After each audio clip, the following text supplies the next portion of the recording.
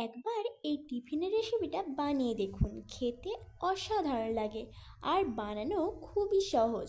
মাত্র কয়েকটা উপকরণ দিয়েই তৈরি হয়ে যাবে। নমস্কার বন্ধুরা, মুখুর্জি রান্না চ্যানেলে আপনাদের সবাইকে স্বাগত জানাই। এই রেসিপিটা তৈরি করার জন্য আমি প্রথমে একটা বোল নিয়ে নিয়েছি। বোলের মধ্যে 2 কাপ সুজি নিয়ে নিচ্ছি। আপনারা সুজির পরিমাণটা কম বেশি করে নিতে পারেন। এবারে 2 কাপ সুজির জন্য হাফ কাপ ময়দা আর স্বাদ মতন নুন দিয়ে দিলাম। এবারে 3 কাপ জল নিয়ে নিচ্ছি। যেই কাপ মেপে সুজিটা নিয়েছিলাম সেই কাপ মেপে 3 কাপ জল নিয়ে নেব। জলটা দেওয়া হয়ে গেলে হ্যান্ড উইশের সাহায্যে ভালো করে ফেটিয়ে নেব। ব্যাটারটা খুব বেশি ঘন করা যাবে না আর খুব বেশি পাতলাও করা যাবে না। আপনারা চাইলে ব্যাটারটাকে মিক্সিং জারের মধ্যে দিয়েও পেস্ট করে নিতে পারেন। আমি এখানে পেস্ট করছি না। দেখুন ব্যাটারটা তৈরি হয়ে গিয়েছে। এবার সাইডে সরিয়ে রেখে আমি 4টে ডিম ফাটিয়ে নেব। আপনারা ডিমের পরিমাণটা বাড়িয়ে কমিয়ে নিতে পারেন। দেখুন ডিমগুলো ফাটিয়ে নিলাম। এবারে ডিমের মধ্যে একটু নুন দিয়ে দিলাম। এবারে একটা কাঁটা চামচের সাহায্যে ভালো করে ফেটিয়ে নিচ্ছি। দেখুন ফেটানো হয়ে গিয়েছে। এবার ডিমটাকেও সাইডে সরিয়ে রেখে আলুগুলোকে গ্রেট করে নেব। আমি আলুগুলোকে আগে থেকেই সেদ্ধ করে নিয়েছিলাম। আপনারা হাত দিয়েও মাখিয়ে নিতে পারেন, তবে এখানে গ্রেট করে নিলে আলুর মধ্যে আর ঢিলা ঢিলা ভাবটা থাকে না। দেখুন সব আলুগুলোকে একই রকমভাবে গ্রেট করে নেব। তারপরে একটা প্যানে বসিয়ে তার মধ্যে কিছুটা পরিমাণে রিফাইন্ড অয়েল দিয়ে দিলাম। তারপরে ব্রাশ দিয়ে ভালো করে প্যানিটার মধ্যে তেলটা মাখিয়ে দিলাম। যখন প্যানিটা ভালোভাবে গরম হয়ে যাবে তখন 1 চামচ ব্যাটার নিয়ে এর মধ্যে দিয়ে দেব।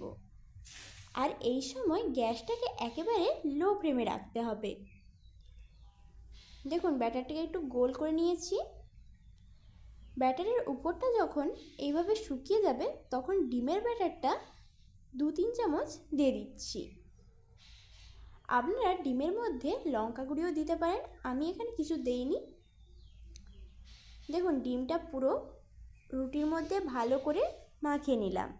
তারপরে রুটিটাকে উল্টে তার উল্টো সাইডে সেদ্ধ করে রাখা আলুটা দিয়ে দিচ্ছি। এইভাবে লম্বালম্বি করে দিতে হবে। তারপরে একটু কাঁচা পেঁয়াজ কুচি দিয়ে দিচ্ছি। আপনারা এখানে যদি নিরামিষ রাখতে চান তাহলে পেঁয়াজ কুচিটা নাও দিতে পারেন।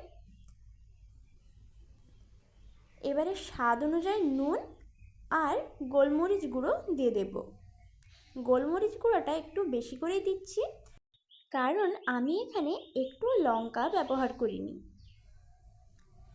দেখুন পুরো রুটির মধ্যে ভালো করে দিয়ে সবশেষে 1 চামচ টমেটো সস দিয়ে দিচ্ছি।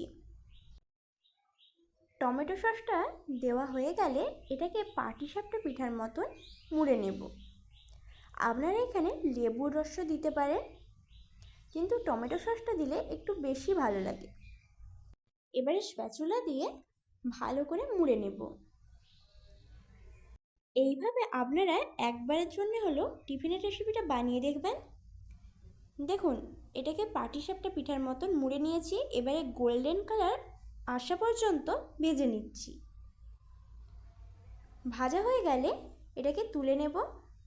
আবারও একটা ভেজে নিচ্ছি। তার জন্য প্যানের মধ্যে বেশ কিছুটা পরিমাণে তেল দিয়ে ব্রাশ দিয়ে আবারও পুরো প্যানের মধ্যে মাখিয়ে দিলাম। তারপরে 1 চামচ ব্যাটার নিয়ে এইভাবে একটু গোল করে রুটির মতন ছড়িয়ে দিলাম। একই রকমভাবে যখন রুটিটার ওপরটা শুকিয়ে যাবে তার উপর 3-4 চামচ ডিম দিয়ে দিচ্ছি। ডিমটাকে পুরো রুটির মধ্যে মাখিয়ে নেওয়ার পর রুটিটাকে উল্টে নেব। এই টিফিন রেসিপিটা করার সময় পুরো প্রথম থেকে শেষ পর্যন্ত গ্যাসটাকে একেবারে লো ফ্লেমেই রাখতে হবে, না হলে টিফিন রেসিপিটা চুয়ে যেতে পারে। দেখুন এবারে একটু সেদ্ধ আলু দিয়ে দিচ্ছি, ঠিক আগের বারের মতনই। তারপরে একটু কাঁচা পেঁয়াজ কুচি দিয়ে দিচ্ছি। কাঁচা পেঁয়াজটা দিলে এখানে খেতে ভালো লাগে। তবে আপনারা যদি নিরামিষ খেতে চান কাঁচা পেঁয়াজটা নাও দিতে পারেন। তারপরে একটু গোলমরিচ গুঁড়ো আর স্বাদ মতন নুন দিয়ে দিলাম।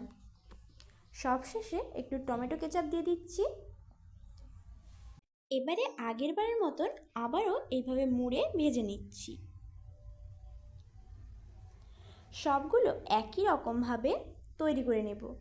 আর কত সহজে রেসিপিটা তৈরি হয়ে গেল দেখতেই পাচ্ছেন, আর হাতে গোনা কয়েকটা মাত্র উপকরণ দিয়ে। দেখুন আপনাদেরকে একটা ছিঁড়ে দেখিয়ে দিচ্ছি কত সুন্দর নরম হয়েছে। এই রেসিপিটা আপনাদের ভালো লেগে থাকলে লাইক এবং কমেন্ট করার অনুরোধ রইল।